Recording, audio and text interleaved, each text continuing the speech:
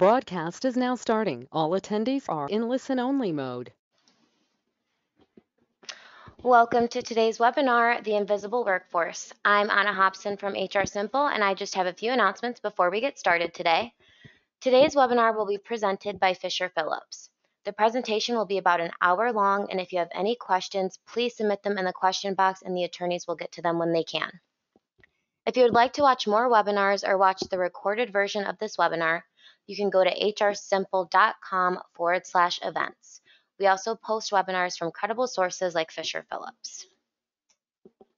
HR Simple provides federal and state-specific manuals written by top labor attorneys. Vacation policies, COVID-19 in the workplace, and how to fill out the I-9 form are just a few of the topics the manuals cover. You can view these credible resources at hrsimple.com.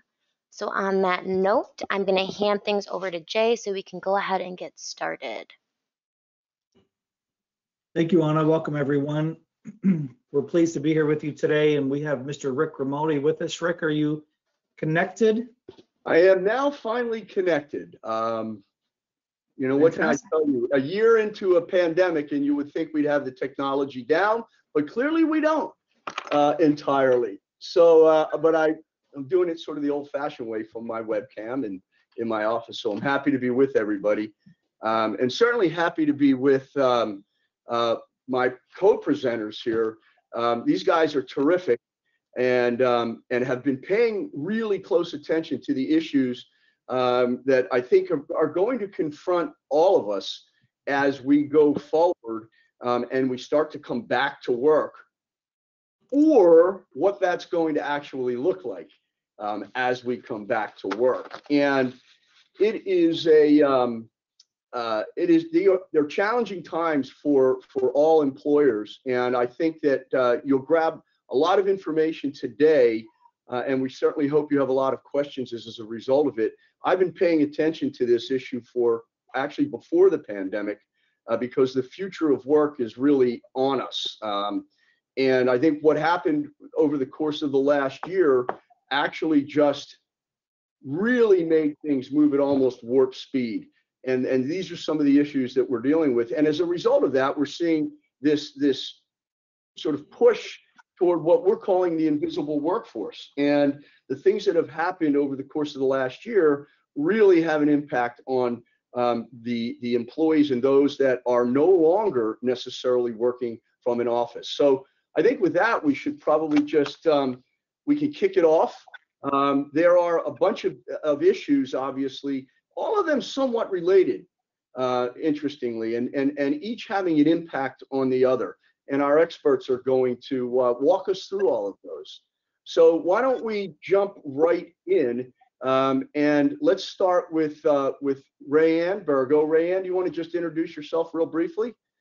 Yeah, thanks, Rick. So my name's Raeann Burgo, and I have been practicing in the labor and employment field for over 20 years, and I work in Fisher Phillips Pittsburgh office. And just from my own personal experiences and my time working with employers, I've found that I've been gravitating towards employee mental health and well-being. And as you said, Rick, I mean, a lot of things have just, sped up and been pushed to the front very quickly, and employee mental health is one of them. So interestingly enough, and this is nothing new. I mean, we've been dealing with mental health issues in the workplace, obviously, for a considerable a period of time. Witnessed some of the violence that we've seen. That's an extreme example, but there are little things that occur day in and day out. With the onset of the pandemic, it's become a bigger focus, obviously. And how would you describe sort of mental well-being in the context of all of this, Raeann? Yeah, so good question. So I would describe employee or just mental well-being as a positive outlook that allows somebody to meet the everyday demands of life. And when we're talking about employees, we're talking about a positive outlook that allows them to come into work and meet those everyday demands of their job. Now, that's a definition that's related to the individual, but what I think is also important is talking about the workplace in the sense of a psychologically healthy workplace. So what does that mean? And that means that a psychologically healthy workplace is a supportive and productive and positive environment, which supports, promotes, and protects. And I think the word protect, you'll hear me say a couple times, an employee's mental health. And so, you know, the pandemic included, there are factors obviously that impact employees' mental health. What are some of the factors? And by the way, and I've written a bit about this in terms of the changing nature of employees and emphasis on their own personal mental health and well-being. Right, that's definitely their own personal mental health and well-being is definitely related. And I think that's what we'll talk about when we talk about psychosocial stressors. And you'll see there's 4 bullets here that I talk about, but there is a theme through all of them, and they are all connected. Especially when we talk about work environment. You can't talk about the work environment without talking about COVID right now or remote work. And so when we talk about the work environment, generally we're talking about, you know, the demands of work, workload, whether an employee is being an active participant in work, if there's good communication between the employee and their manager, supervisor, are they being recognized? And so you can see how with a remote workforce, that might be a little more difficult, right? So they're not actively, physically participating in work in the same sense as we would normally think. So that's why it's all more important to focus on what kind of participation level an employee is having when they're in a remote work environment.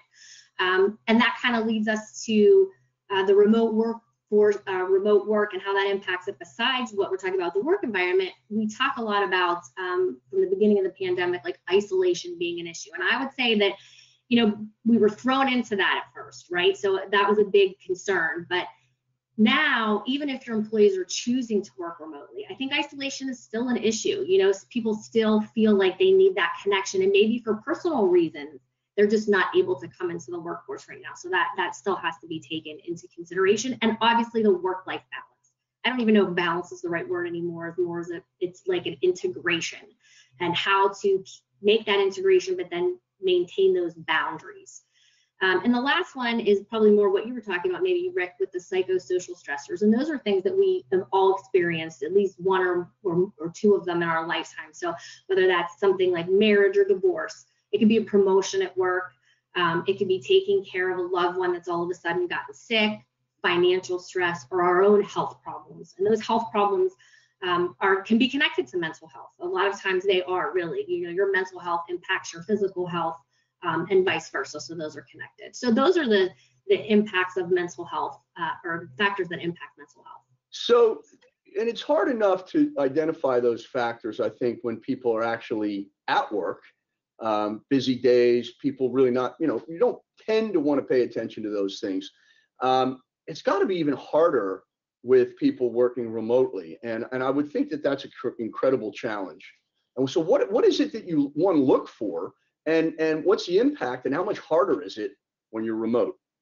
Yeah, that's a very good point. So I think we have a compound problem now. So you're talking about an invisible workforce with what I call, you know, an invisible issue, an invisible crisis. Mental health right now employee mental health is a crisis. I mean, they're talking about 2 pandemics, the COVID pandemic and the employee mental health pandemic. So when, for example, you go to work every day and you see your employees, you know what their habits are, you can see the demeanor, what they normally do. So if you have an employee, Sally, who usually comes in every morning and meets her coworkers for coffee at 8:30 every day, and goes to lunch with her friend Mark on Wednesdays, and you know what she's like when she's physically in a meeting, you can observe that. It's hard still, because you're talking about invisible issues, but when you're not there and you can't observe that, you can't see the changes that employees have. So, you know, some of the signs are changes in mood, disengagement, high rate of absences. You know, some of the things I have listed here, sudden decline in performance. Those are harder to see when you're not interacting with somebody in person. So I would suggest, I always make the recommendation, you can pull this slide, somebody can pull this slide, and there's these 5 bullet points. And if you think that something's off with an employee, just go through that checklist very quick, even if you're doing it in your head, and say, what am I seeing? Because what sometimes, especially, you know, supervisors, managers think is a performance issue is really related to a mental health concern or a mental health issue. And so are the stressors magnified with people working remotely, the sorts of things you're talking about? Are they now magnified as a result of some of the pressures that you face, along with the issues from the pandemic, but just some of the things you have to deal with almost on a more regular basis if you're an employee, right? And I'm curious, what's the sense of how they're feeling and in terms of their own mental health? Yes. So I think that the numbers will show, it's very striking how employees are reporting their feeling about mental health. So I would say about in this mid-pandemic survey that 76% of workers, which is 3/4 of the workers who have been surveyed, believe that their company should be doing more to protect the mental health of their workforce. And there's that word again, protect. I had mentioned it at the beginning. And it's important because we're not necessarily talking about, it's part of it, an employee who maybe has a mental health diagnosis and needs support. And we talk about that in terms of the ADA, which is not really what we're talking about here. But we're talking about preventive measures. We're not talking about supporting a mental health diagnosis, which is part of it, but we're talking about supporting employees and protecting and being proactive about their mental health.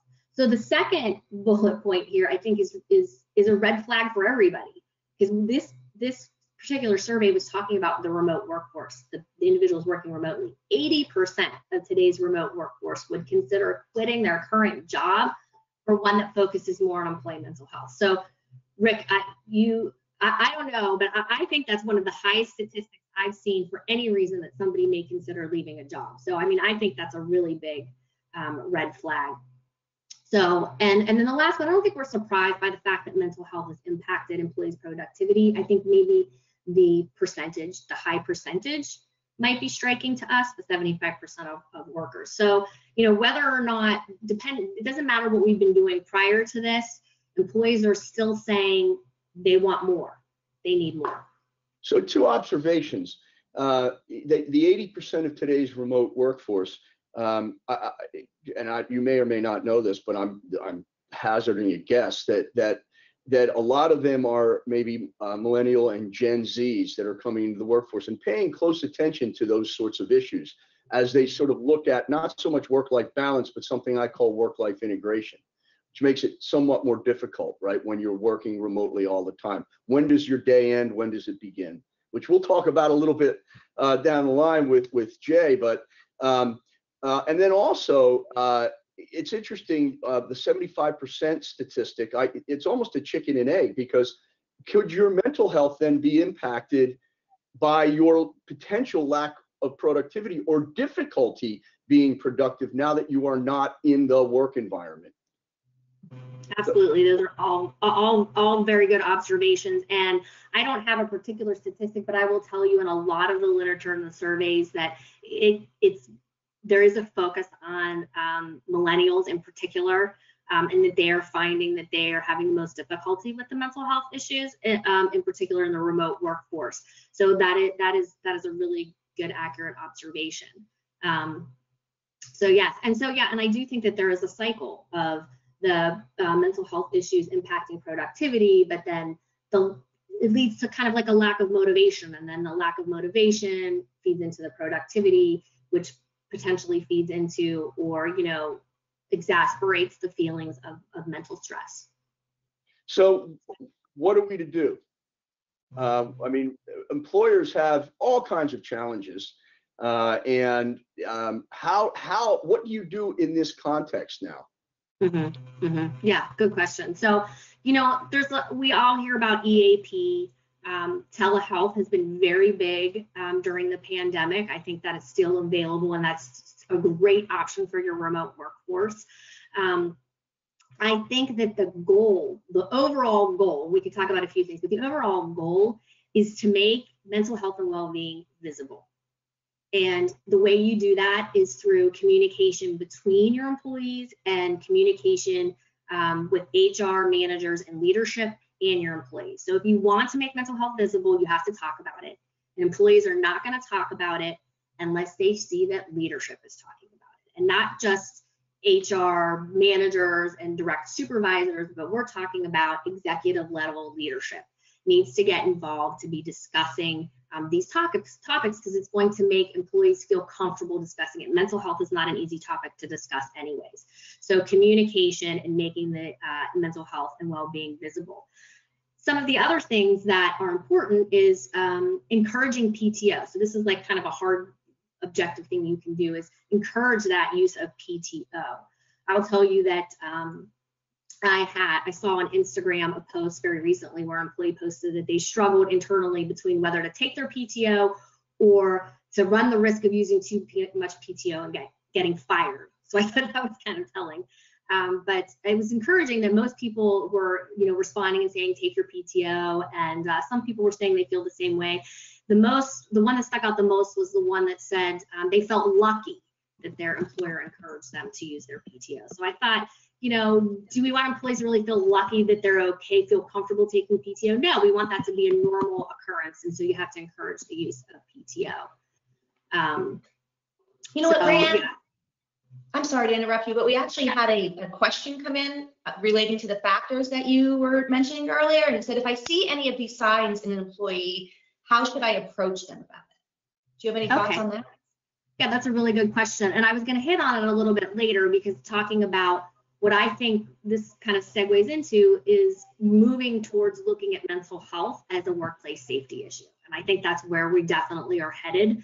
And that kind of falls into starting a workplace mental health workplace safety plan. And you can see that last bullet point under there is education and training. And so it's going to be important to the question of the attendee, is that you need to train your managers and supervisors on how to talk to somebody or approach somebody who you think has mental health stressors or concerns. And, that can be something just as simple as a check-in, which is, hey, how are you doing? And not a, hey, how are you doing? How's work? What's your workload like? Not your obligatory once a week, one-on-one meeting. It's that, hey, can I help you with anything? Do you need support with anything? Those are good ways to open up the conversation. You don't want to ask specific questions. I'm answering this very briefly, but you don't want to ask specific questions about mental or physical conditions of any sort, but you just want to open up the door to allow somebody to feel comfortable talking about these issues. All right. So it's interesting because all of these issues that you just talked about, Raeann, sort of go to the how do you continue to maintain positive employee relations. I mean, ultimately, that's what we're talking about here. And I'm kind of old school in the sense that I believe in management by walking around. I just don't know how you do that now. And so Brian Balonick will talk a little bit about that. And again, as I said at the beginning, these issues really do sort of blend. Each has an impact on the next. And Brian, why don't you just say hello and then let's jump on in. Sure. Thanks, Rick. And greetings to all of you. Great to be with you all today. Again, I'm Brian Balonick here in the Pittsburgh office of Fisher Phillips. Before I get started talking about creating a positive employee relations program in a virtual workplace, I thought I'd share a fun fact with everybody, and it's a little bit of a story, so if you'll indulge me for a minute while I tell it, and I promise that I'll relate this back to the topic that's at hand here today. So I want to tell you all a story about my one and only brush that I've ever had with fame. And this story happened about 5 or 6 years ago. As my colleagues here know, I'm a passionate golfer and love the game of golf. And about 5 or 6 years ago, a local golf club pro here in Pittsburgh reached out to me and said, are you available to play golf in 2 weeks with a very famous celebrity who's coming into Pittsburgh, and he's a passionate golfer and really wants a round of golf at your club? Would you be able to host him? But I can't tell you who this celebrity is, because this celebrity is so famous that if word got out that he was coming around or he was in town, it would create a lot of attention. And so I just promise you it's a famous celebrity and you'll enjoy your day. And of course I was excited about that. I went home and told my family, and my wife said, oh my gosh, maybe it's Justin Timberlake. And my son said, oh, I bet it's Tiger Woods. It's got to be Tiger Woods. And my daughter said, well, maybe it's the president of the United States if it's somebody that famous. So I'm very excited. I show up at the golf course at the appointed time, and I'm sort of looking around, waiting to see who this ultra famous celebrity is going to be. I'm thinking there might be paparazzi in the bushes, you know, to take pictures of us. And here I see this gentleman, older gentleman, walking over to sauntering over to the first tee. And at first I didn't know who it was, and it turned out that it was rock legend Alice Cooper. And for those of you who aren't familiar with Alice Cooper, he's a rock and roll Hall of Famer who's had such hits as 18 and No More Mr. Nice Guy, sort of the first glam rocker of the 1970s, but also a passionate golfer, a golf addict, self-professed golf addict. So I had a great day of golf with Alice Cooper. We spent the day on the golf course. He is a gentleman, lots of fun. And at the end of the golf round, he offered me, he was in town for a concert here in Pittsburgh, and he offered me front row seats to his show. So I took my wife to the show, and we really didn't know what to expect. Knew a little bit about Alice Cooper. When we showed up, all the fans are, passionate Alice Cooper fans dressed in heavy metal garb. And little did they know, of course, that Alice Cooper had just spent the day, their rock and roll hero had really just spent the day at a country club all day. But, the concert begins, and Alice Cooper had transitioned from his golf attire, and he came out in full makeup dressed as a spider. And when he came out on stage, he was carrying this cane, and he sees me. I'm right in the front row, right in the middle, and he looks right at me and says, "Brian, catch," and he goes to throw the cane to me.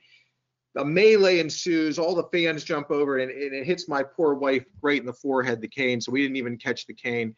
But that was my story of fame and with Alice Cooper, and I promise that's going to relate here in a minute to positive employee relations. But I thought for our mental health here in this program, it'd be nice to get a quick break and hear a little bit of a story.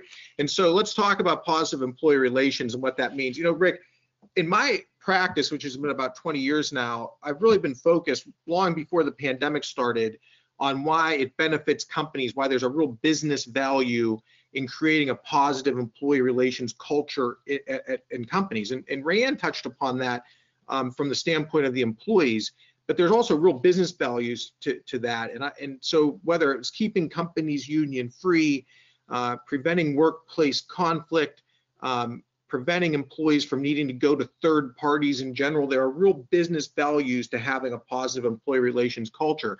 But there's always been this tension historically about this tension between what management, sometimes human resources, but more so management, especially frontline supervisors, what they view that their employees value versus what their employees really value. And what I'm talking about here is sort of why do employees get out of bed in the morning and come into work?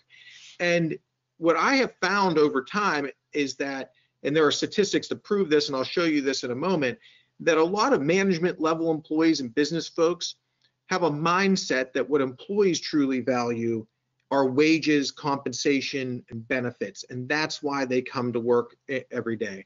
And I've seen that when I've gone out in person before the pandemic started, and I used to meet with workforces in person, and I'd ask the question. I'd say, what do you think your employees value? What's their number one reason why they would come to work? And overwhelmingly, frontline supervisors would vote wages 1, benefits 2, and job security 3. But is that assumption true? And is that backed up about, because have we really asked our employees what they value and why they get out of bed in the morning? And so I think, go ahead, Rick. And more importantly, how rapidly it's changing and how it is absolutely imperative for employers to stay in front of it. And absolutely. To understand that it is in fact changing. Raeann talked about millennials, and I mentioned Gen Z. There's a sea change in what people value as they come in the door. And I think your statistics show some of that. Absolutely. If we look at the next slide, you'll see, this is something I pulled off of the internet in a quick Google search. If you research this issue, you'll find a lot that's been written and talked about it. And to Rick's point, we have a different, there's been a lot written about generational workforces and what different generations look at, and it's changing rapidly now. But this has always been a tension even long before the pandemic. If you look at those numbers and what employers value versus what employees value, you'll see this tension I'm talking about. You'll see that in this study, 63% of employees agree that managers could do more to praise them. 52% of employees would choose a company that cared about their well-being over a company that pays them more. That's a striking number.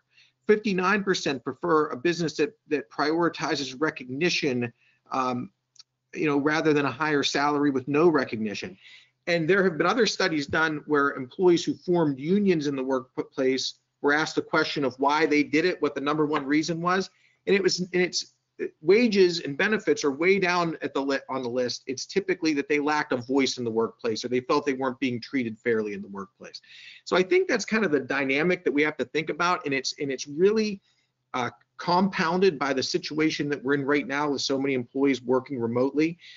This value, this recognition, it has become so important. And let me tell you the reason why I think that is more so now is what I found with my clients and talking to them and understanding how they're managing a virtual workforce is that managers, and I'm not blaming all of them, it's not everyone, but as a theme, they are really only reaching out to their employees when they need to talk to them about a business issue.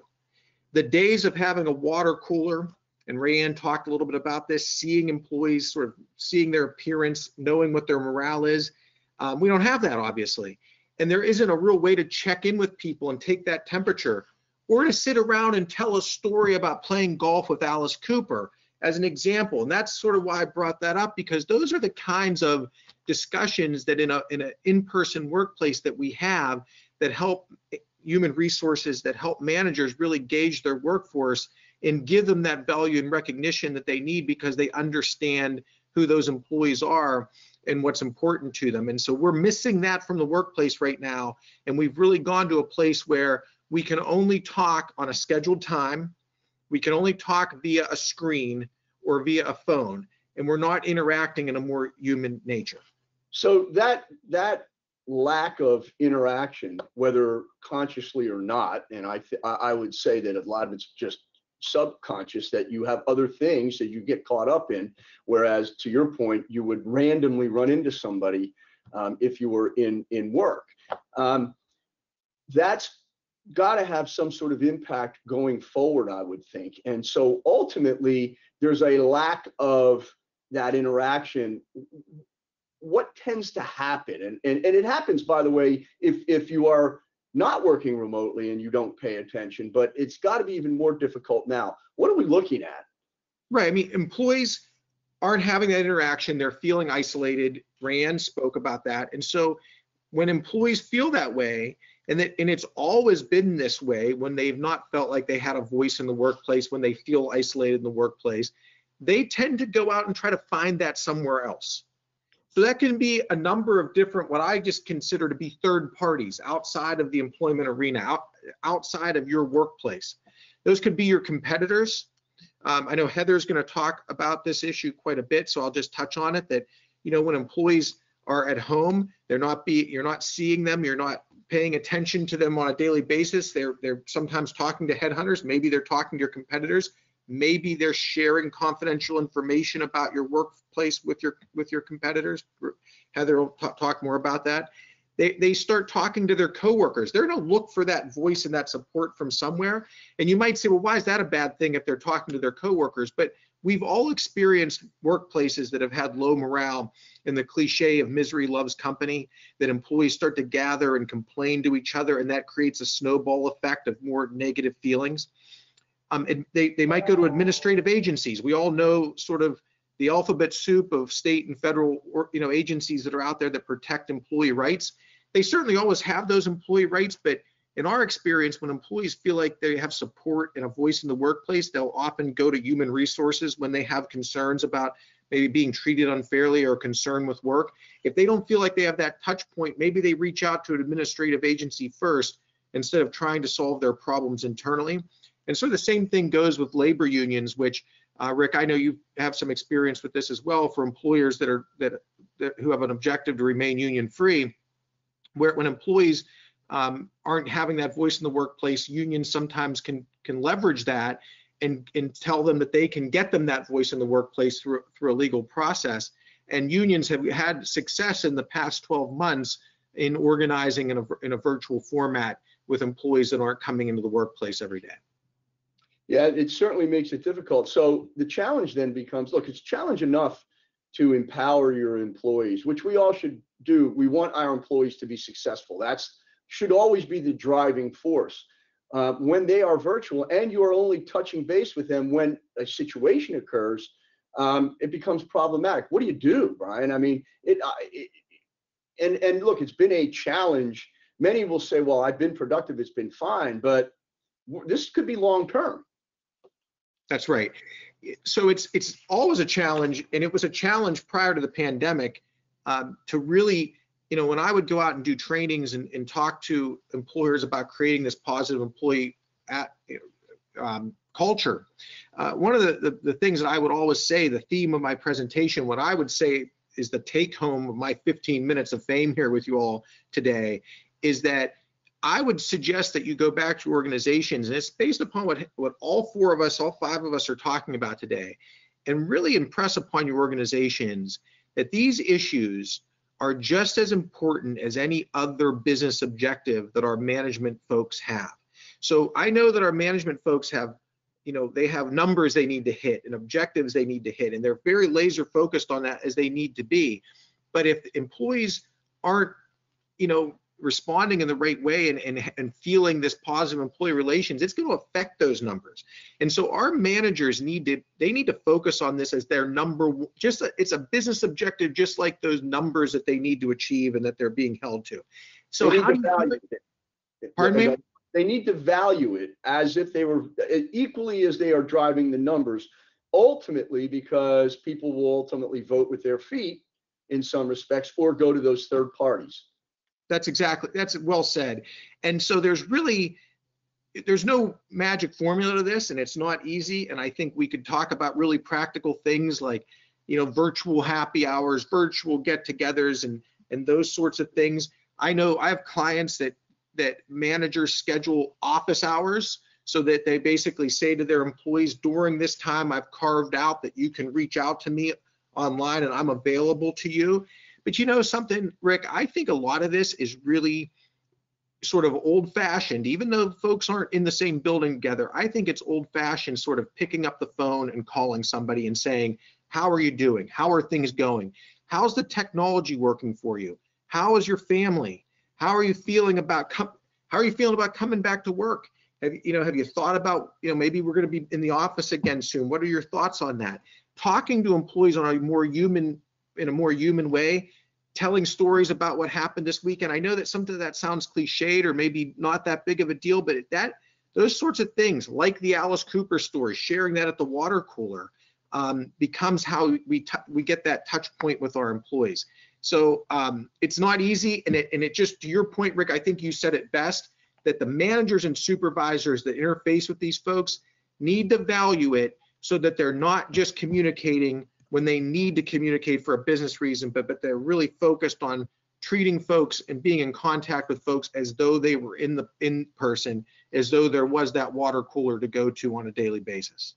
So it's interesting. You talked about essentially being, proactive in terms of reaching out, and it's really, and I've talked to clients like you all have in the past, and they'll say, well, I have an open door policy, and my response is always, that's terrific, provided you use that open door to walk out of your office and go meet with your employees. And it's the same thing here, maybe one step more, but it's critical to be able to be proactive, and for a variety of reasons, because you will ultimately, and I say this all the time, and I wrote about it, and in researching for my book, I talk a lot about talent acquisition, what you need to do to attract talent as we go forward.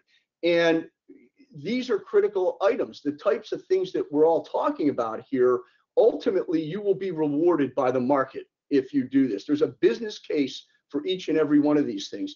Clearly, today it's even more critical because with regard to talent acquisition and reputation, it could change very, very rapidly. So we're going to go to Heather to talk a little bit about that. Heather, do you want to say hello? Sure, yes. Hi, my name is Heather Steele. I'm an attorney. I actually work at both the Philadelphia and Pittsburgh offices technically, but one thing that's interesting, especially for purposes of this discussion, is that I've been working remotely since 2007. So I like to consider myself kind of a pro at the remote work environment. I've been doing it for a long time, long before the pandemic hit. And one thing I would say is, we recognize and we're telling you how to deal with your workforce today. But if you are having issues, with your own working at home, working remotely, if there's questions you have about ways that you could potentially improve that, we encourage you to reach out to us. I personally would be happy to discuss, my experience with that, and go through some maybe pointers with you on how to handle that effectively. But today I'm going to talk about 3 different things. One, how to acquire talent in a remote work environment, because even though we're working remotely, doesn't mean that we still need to have good employees working for us. And then how to manage that workforce, some best practices for that, and then retaining talent, which is obviously very important to all employers. So if we go to the next slide, sorry, go ahead, Rick. No, I was going to say, so part of that, and I know that's your next slide, which is you have to have some sort of plan. That's correct. And we're going to talk a little bit more as we go forward about having like some policies in place, because it's always good to have a written policy to outline these sort of things. But in advance of that, you need to kind of think through what your workforce is going to look like. So, are you going to have everyone, are you going to set a date where you want everyone to come back to the office, unless they have a reason, that they can't do that? Are you going to have a hybrid model, or maybe you're going to have some employees working remotely and some employees coming into the office? One of my clients recently said to me, most of our employees have offices where they're closed off from other people, but we have a group of employees who work on a trading floor where they are all sitting within cubicles next to each other. We wanted to have the people who work in the office come back and keep the people who would be on the trading floor sitting together remote. Is that something we can do? So, there's different things to think about as far as how you're going to handle those situations. And then obviously keeping everyone remote. And I'm going to go through some statistics in a little bit, but I don't think even after the pandemic subsides, and I know we're all very eager for that to happen, but I think that even when that happens, we're going to see that remote work has become a reality and is going to continue into the future. And I think, we're going to see employees who are going to be pushing to remain working remotely because they have found it better for their work-life balance, or have found that they can be more productive in that type of environment. That's a possibility. We also may see employers who have found it to be more beneficial for them for one reason or another to have a remote workforce. And one of the things, Rick, that I know you have talked about in the past, and I was going to touch on this, as we go forward, but there's different things that you may want to consider if you decide to have your workforce remain remote. And one of the things that a lot of people have been talking about are, should we pay those remote workers less than we're paying employees who come into the office? And Rick, do you have thoughts on that? I do. I think that the answer would be, in my opinion, no. Based on, you should get paid for the role, the job, regardless of where it is being performed. If the employee is productive, then they get rewarded for being productive. And I don't think that you should distinguish. First of all, and you can talk about this, obviously you're going to run into, and Jay will probably talk a little bit about it as well, there are legal issues that would be implicated there. But also, just from an employee retention standpoint, I think it would be a mistake. I think you need to work within your organization and determine what's workable, to your point, Heather. But I don't think you should have a policy that says we're going to pay somebody that works remotely for a variety of reasons differently than those that come to the office. Yeah, and I agree with that. And I think that it's probably the consensus among attorneys who are advising clients as far as this issue goes. But I know there are a lot of employers who are considering that. So, just something to keep in the back of your mind when you're thinking about the different model and what's going to be best for your workforce. So turning then to talent acquisition. And again, I touched on, we still need to focus on getting good people in, even if we're working in a remote environment. And I think one of the things that we may need to focus on now that we haven't so much in the past, or may not have so much in the past, is having a strong brand online, which would mean like having a really informative career page. And on that career page, you want to be able to give, potential employees, applicants, an idea of what it would be like to work for you, for your company. Consider including employee testimonials on there. Explain to them, try to illustrate your culture, and maybe focus on diversity and inclusion and how that's important to you as an organization. But basically just give the employees on your career page an idea of what it would be like to work for you, because they're not likely going to be coming into the office right now and doing the interviews that we normally had done in the past.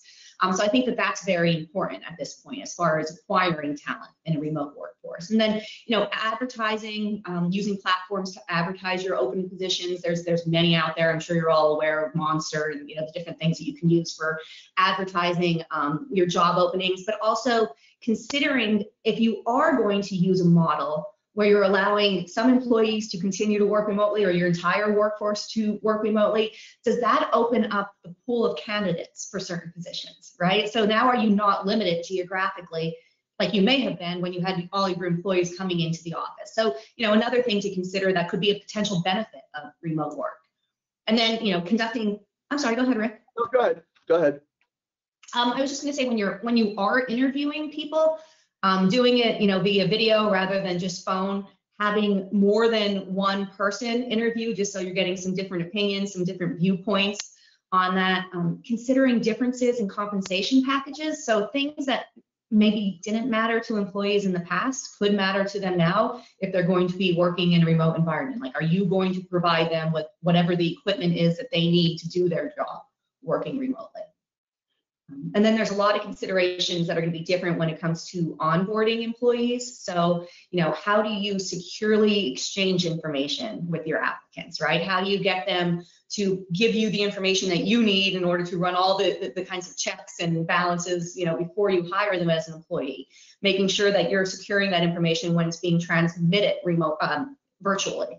And then also when you're bringing them in, making them feel comfortable and having them gain an understanding of what your culture is like. So that could be, scheduling small group sessions where they can meet different people who work for you already and get an idea of what their work is going to be like, ask them questions that they would normally, I think like Brian said, walk down the hall and have a discussion about. They can't do that anymore. So setting up ways that they can still acquire that information even though they're doing it remotely. And then also maybe having like a virtual welcome meeting where you set up a time that everyone gets to meet the new employee and making them feel comfortable, making them feel included in your culture, even though they're not going to be working maybe immediately in an office environment. So both Raeann and Brian talked about, obviously the specific challenges with positive employee relations and certainly the impact that has on an employee's well-being and health. But, So from that perspective, what are some of the specific things you can do? Because ultimately it's terrific. We can acquire the talent, but now in this new world, we have to also be able to performance management or talent management. And that has to present some particular challenges, I would think. Yeah, so I touched on this earlier, but I think it's really important to have a written policy in place so that your workforce understands what is required and what's expected of them, even if they are working remotely. And the best way to enforce that policy equally across the board, which is really important for employers, obviously, we all know that, is to have a written policy in place and then follow that policy. And, there's many different things that could be included in your remote work policy. Some of the things that you may want to consider including, if you are putting a limit on the amount of time that people are going to be allowed or, permitted to work remotely, making that clear to them. Explaining to them when they are required to be accessible. So, we talk about, and I know Raeann talked about, you want to have flexibility, and that's really important for your workforce to be happy and to be able to kind of deal with some of the challenges that go with working from home and also, being productive. So flexibility is important, but you need to be clear with what your expectations are as far as that flexibility goes. So if you have a position that requires someone to be available during a certain time period, make sure you're letting them know that and have that in your policy. Use and access of company information. So Brian kind of touched on this during his discussion, but with having people work from home, employers are facing a whole different group of challenges when it comes to protecting confidential or private information. And it could be from, accessing how employees are accessing your system. So, if you can use a VPN, like a virtual private network, that's probably the best case scenario to have and have it in writing that your employees need to use that type of connection in order to access your information. Advising them that they shouldn't be saving information onto the personal hard drives of their personal computers. Requiring them to have certain things in place with regard to their internet access, changing their passwords, requiring their passwords to be a certain amount of letters and numbers and different symbols. So all of these things where you're still taking steps to protect your confidential, trade secret, private information, even though the employees aren't in the office, aren't necessarily logging in using your computers, your network, and that sort of thing. So that's important to have that in your policy also. And then, for non-exempt employees, you want to consider, what's attendance. You want to make sure that your policy says that they should be recording and reporting all the hours they're working. And I'm not going to go too far into that because I don't want to steal Jay's thunder on that issue. But also that they shouldn't be working outside of, anticipated times. If there's not approval, if they're working overtime, they need to report that. They need to get approval for the overtime. If there's going to be non-work activities, how they will be compensated for that sort of thing.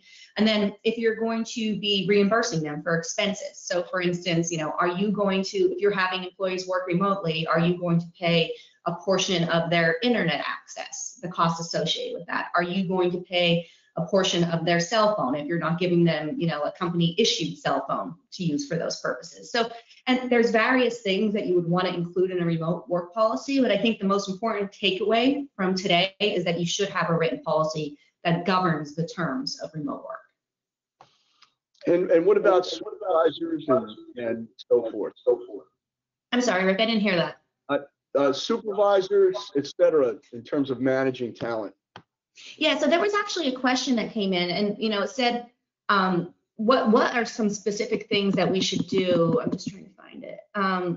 About trying to make employees feel valued, have a good work-life balance, even if they're working in a remote environment. And I think, and this is a theme throughout the entire conversation, because I know Raeann said it and I know Brian said it, but communication is super important. So you don't want employees to be having performance issues that it's going to be a surprise to them at some point, right? You should have a constant back and forth feedback about what employees are doing well as if they're having any type of performance issues. Keep them updated on their performance. Let them know that they're doing something right, or if there's something that needs to be fixed or addressed, make sure you're communicating with them about that.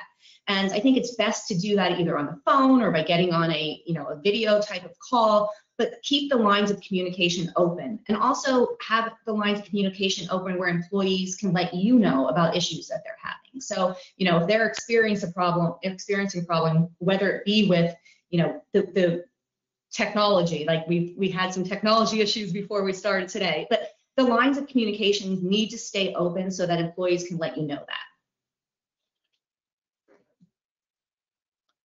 And then I think you talked about open communication. Look, again, there's my favorite word is flexibility, obviously. Mm-hmm.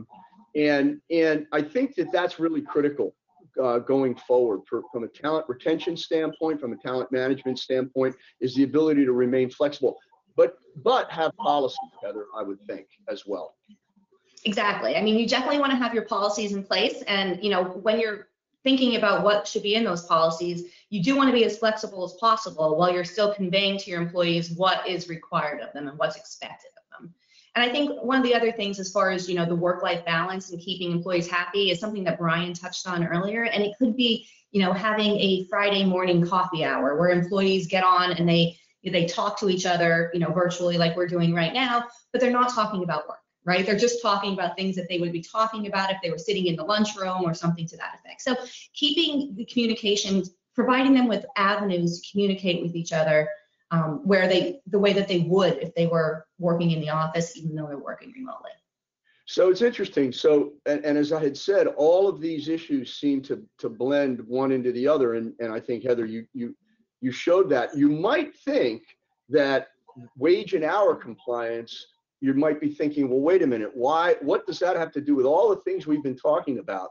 And I can tell you probably as much as anything that we've discussed, making sure that you are compliant with various wage and hour laws is critical in this new world that we find ourselves in. So Jay, I'm going to, you're now doing double duty, but it's probably easier. You get to control your own slides. That's fine, Rick. Thank you. Thank you, everyone. It's a pleasure to be here with you. Every time I listen to Heather, Raeann, and Brian talk about their respective portion of this, I pick up some new things. Something I picked up listening so far today is kind of a theme of change, that the workforce is changing. And so I think about, from Raeann's perspective, focused on employee mental health, we can have that chicken and egg discussion about causation of that, but there's no doubt that that's been a change.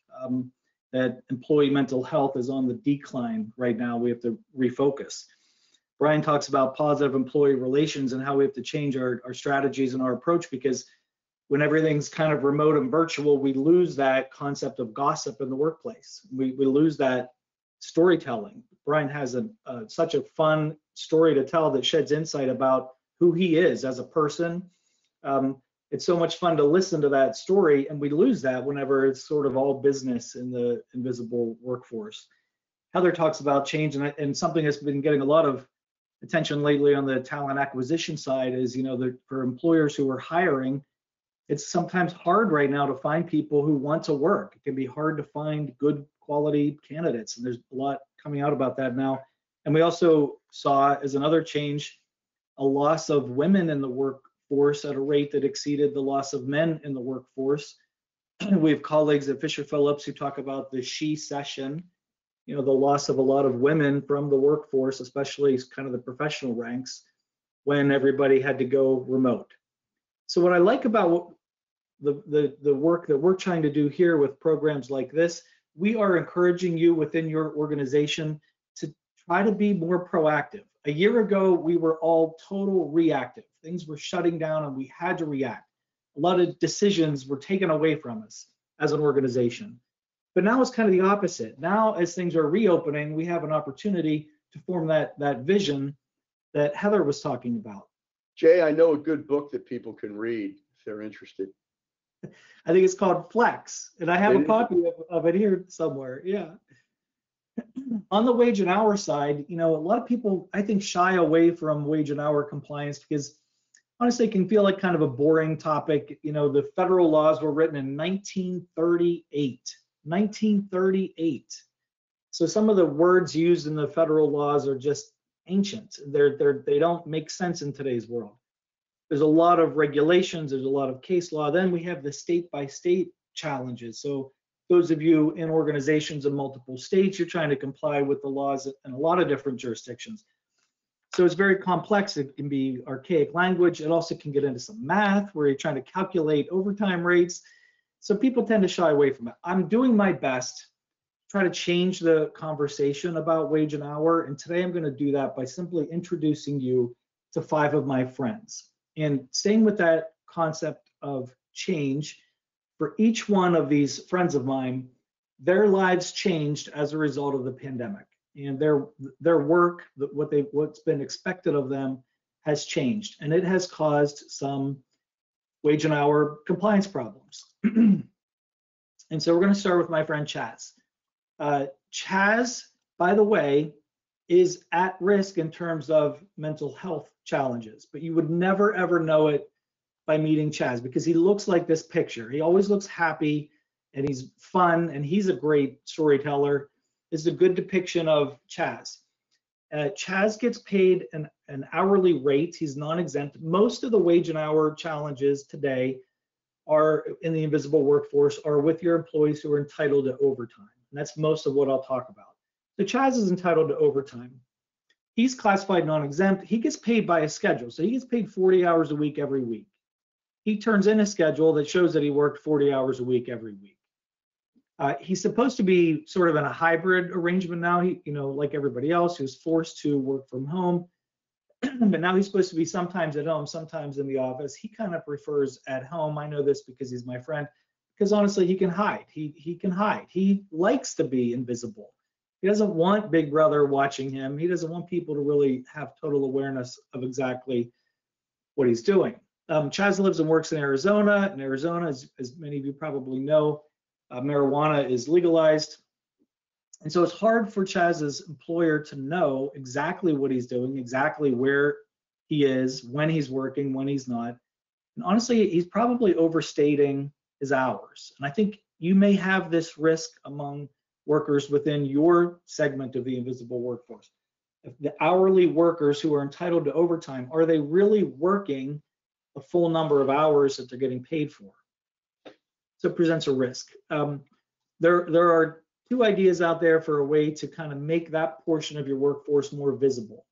One of those ideas I really don't like. Rick, I'd be curious your thoughts of it. The other idea I think is a little bit more feasible. One that I don't like is the concept of monitoring or surveilling your employees. I mean, there are tech companies out there that could enable your company issued computer so that a supervisor, manager, somebody in HR could remote access the camera on Chaz's laptop and see what he's up to. And there are privacy laws to worry over. And for most states, you could get past that. You could find a way to get the employee to authorize that intrusion on their privacy. I personally am not a big fan of those technologies, even things like the keyboard stroke monitoring, for example. Rick, do you have thoughts on those before I go further? Just briefly, I would agree with you. I'm not a fan of surveillance for a variety of reasons, and I'm sure Brian would agree in many respects. Yeah, it gets right into those employee relations problems that Brian was talking about, I think. So what I do like is Chaz and most of your other invisible workers who get paid hourly, they're using your company computer issued computer equipment in some fashion. They're logging into a database, they're sending emails, they're doing something using a computer system that you could audit. I don't think you could like monitor it every single day, but you could certainly audit certain days, certain weeks, and sort of recreate a record of approximately how much they're working. And you could, this gets into things that both Raeann and Brian were talking about. You could start to get a feel for that worker. When are they working? Are they accessing the system at strange times of day and night? And is that okay or not okay? And then from there, you could start to have informative discussions with them to try to get your arms around, are they overstating their hours? The flip side of that would be the employee who's understating hours. And to talk about that, I'm going to introduce you to my friend, Nick.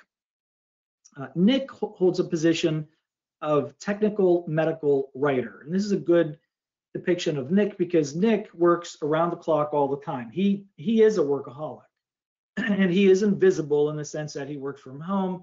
Yeah, they check in on him sometimes. He works in New Jersey. He reports working like 30 to 35 hours a week.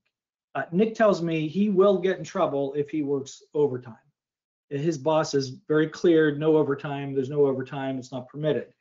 But Nick, in good faith, wants to do a great job. He values his work.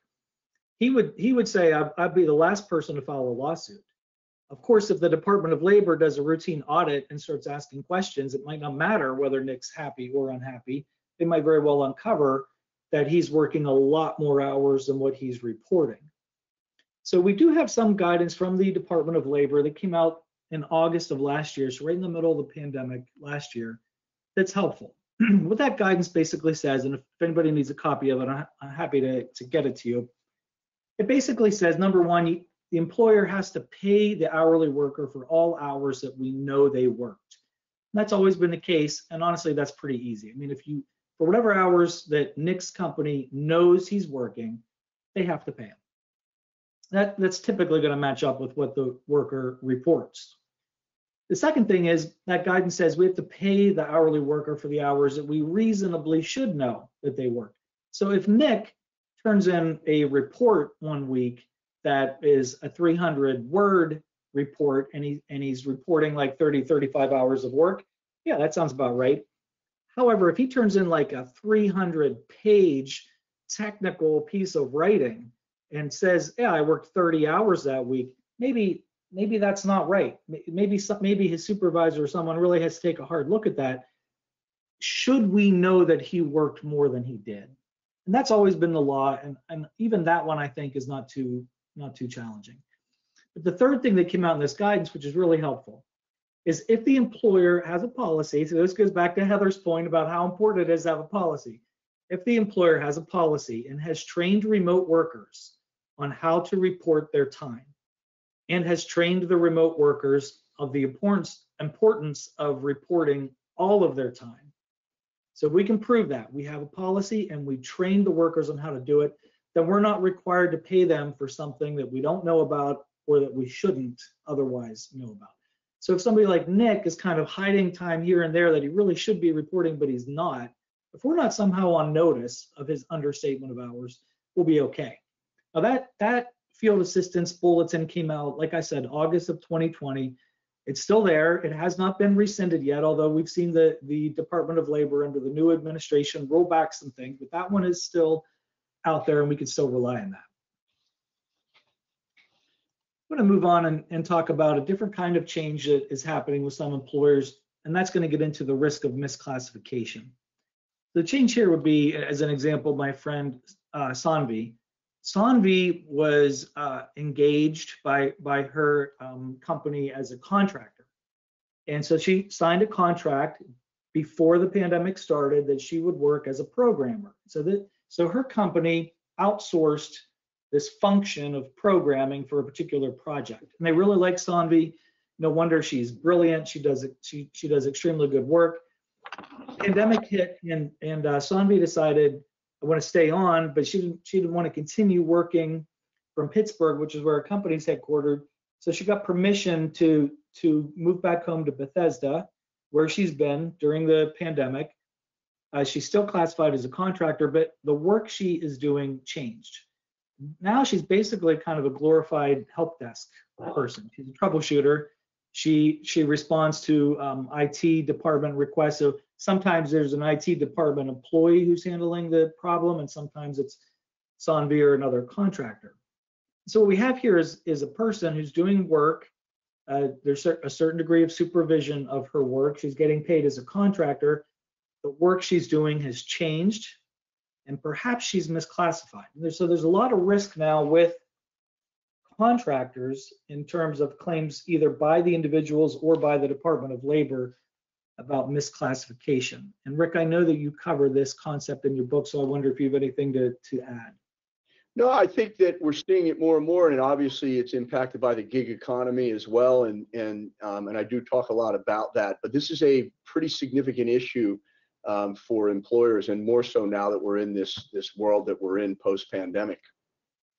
So I think what we have to do is, for the HR department, in-house employment lawyers to really, again, be working proactively. Like, this is a good opportunity to look at how we have people classified. If we have someone classified as a contractor, we're confident that that's the right classification. If we have someone classified as exempt from overtime and they're working remotely and we're not exactly sure what all they're doing, are we confident that that's the right classification? This is the time to kind of look ahead proactively at those classifications. And then I have two more friends that I want to introduce you to. First up will be Shanice. Shanice works for a trucking and delivery company as a dispatch administrator. She's been working from home since the beginning of the pandemic. She's non-exempt, so she's entitled to overtime. She works like 35, 45 hours a week. So some weeks there's a little bit of overtime. For the most part, there's not. The tricky thing here about Shanice, she was concerned that if she asked her employer for permission to work from Charleston, that they would say no. And so she's kind of done this under the radar. I know that she's in Charleston. She'll joke with me. She'll say, well, people, have always talked about WFH, work from home. And now people are starting to talk about WFO, work from the office. Shanice will say, well, I'm WFB, I'm work from the beach. Because when the pandemic hit, she just let her lease in Pittsburgh run out. And at this point, she doesn't even have a residence in the state of Pennsylvania. Her residence is Charleston, South Carolina. But she never told her company. Her supervisor doesn't really know her that well, hasn't really engaged with her, hasn't had the types of discussions that Raeann and Brian and Heather would like the supervisor to have. And so she's under the radar working from Charleston, doing a fine job. The problem here is that the payroll taxes, among other problems, but one problem is payroll taxes are probably being paid to the wrong jurisdiction. And there are situations where the employer can be fined for that. So again, as part of this change, the invisible workforce is migrant. They move around, and it's a shame to kind of use that adjective, they. But the invisible workforce will surprise you by not being where you expected them to be. I have another friend who typically would be reporting to work in Florida, but for a while was working in Chicago, and her company never knew that, and then she went back to Florida. So again, Rick, any thoughts on the migrant nature of the invisible workforce? Very simply, very briefly, this to me is probably one of the most significant issues that employers face from a purely payroll, wage and hour perspective. You hit it right on the head, Jay. Employees are working from everywhere and anywhere. I know people that are working overseas, and now they feel comfortable, like, well, I've just done this. I can sit in a villa in Tuscany, for example, and do my job. And it's going to be a bit of a mess sorting that out, I think, from a tax standpoint. You're so right that in particular is a mess. I spent a lot of time last week helping a client with a new policy in terms of remote workers who want to work overseas, because you don't have to do very much work in some other countries for them to have an interest in the tax that they feel like they're not getting. So last friend I want to introduce you to is Janet. Janet works in the payroll department for a company that's headquartered in Plano, Texas. But she lives in Arlington, and she kind of is more like on the Fort Worth side of Arlington. So if you know anything about Texas geography, I think some of you in attendance today are from Texas. Her commute to work pre-pandemic would be like 45 minutes, maybe to even an hour. Now, what's been happening during the pandemic, and again, Janet's entitled to overtime, but she is scheduled to return to the office, more full-time at some point, maybe early next year. For now, she's really supposed to be work from home. But what is happening, she doesn't have super great internet connection at home. She's a little worried about her productivity at home. So in good faith, not trying to be a problem at all, on payroll weeks, Janet will just drive herself to the office and kind of run the payroll from the office, where she knows she's better internet, and she can focus on things a lot more, make less mistakes. So she feels like I do a better job during not every payroll week, but some. And sometimes on payroll week, like she'll go into the office and then she'll go back home, and then later in the day she'll like, oh, I'd rather go back in. She'll go back into the office again. So she's been given that freedom and that flexibility to kind of go about that as she wishes. So the challenge here is unpaid compensable time. She's supposed to be working from a certain location from home, and on her own she's deciding to go somewhere else. She's hourly. Should we be paying her for that time spent driving back and forth? She's not working while she's driving, but it might be compensable time. And there are some other things that fit into that category of not really working that might be compensable time. So you could get into breaks, for example. There are some states that require you to pay your hourly workers to take a break, or training sessions that you might encourage or even require that don't really feel like work, but for the hourly worker, especially the one who's invisible, that's compensable time. So this becomes a wage and hour risk for employers of people like Janet. So hopefully that helped to kind of personalize the wage and hour things a little bit by just meeting these people and getting a glimpse into their work lives and how things have changed for them. Good stuff. And these are all very, very real issues, and very impactful issues right now and going forward. And so there's a lot to unpack there. I don't know if we have questions at this point. I thank everybody for hanging in there, particularly with my early technological glitches here. I hope that you got something from my colleagues who are, in my estimate, brilliant, and I think very informative. And so, by the way, what we're going to try to do, and you've heard me refer to my book a few times during the course of this, and I'm sort of holding it up. We're going to work with our good friends at HR Simple to try to get you all a copy. For hanging in there and joining us today, and we really do appreciate it. And I know, thank you, Jay. I know that each and every one of them, Jay, Raeann, Brian, and Heather, would be happy to talk to you about the issues that we discussed today. I don't know if you guys want to add anything to that.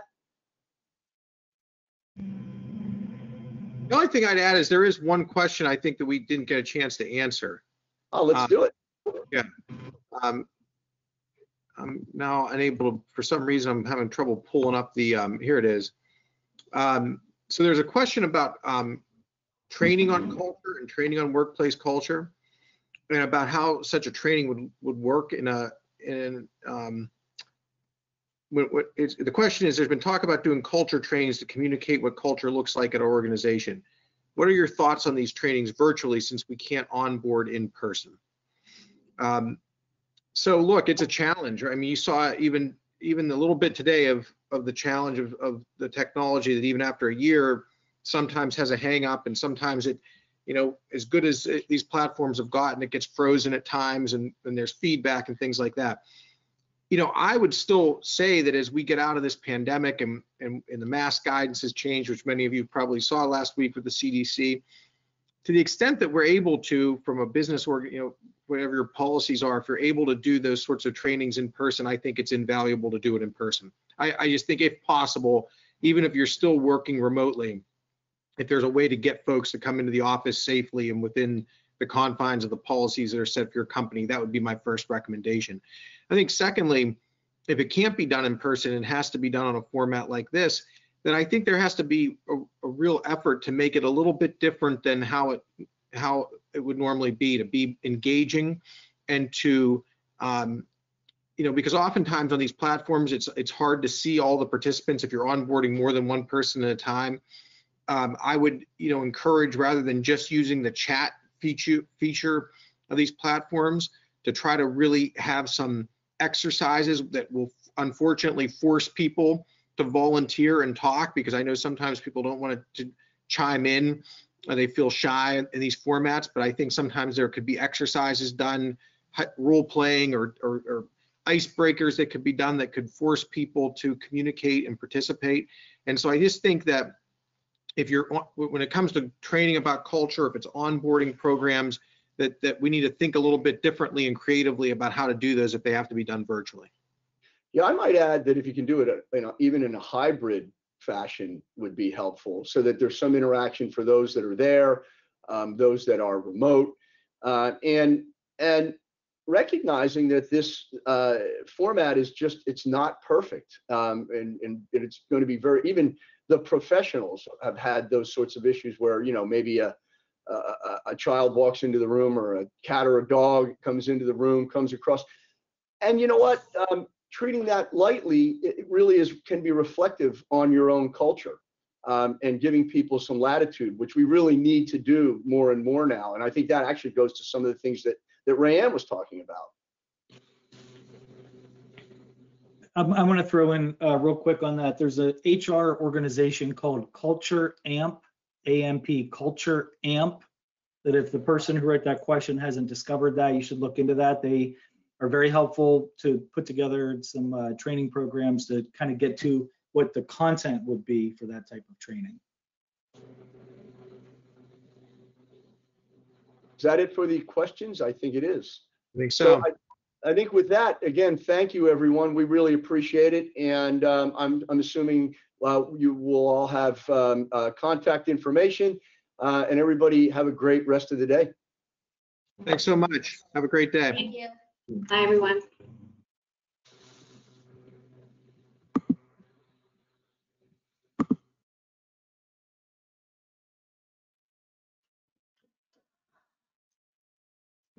I just wanted to thank everyone for coming out today.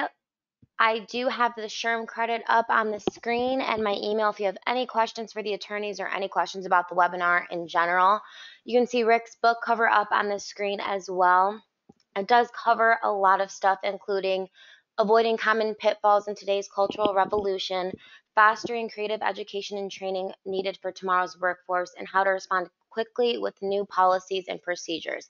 I'd urge everyone to read this book. You will be getting a complimentary copy, and I will be sending the link where you can also buy it on Amazon with the follow-up email that will include the slides and the SHRM credit. Once again, thank you so much, everyone, for attending. And if you have any questions, don't hesitate to reach out. Have a great rest of your day.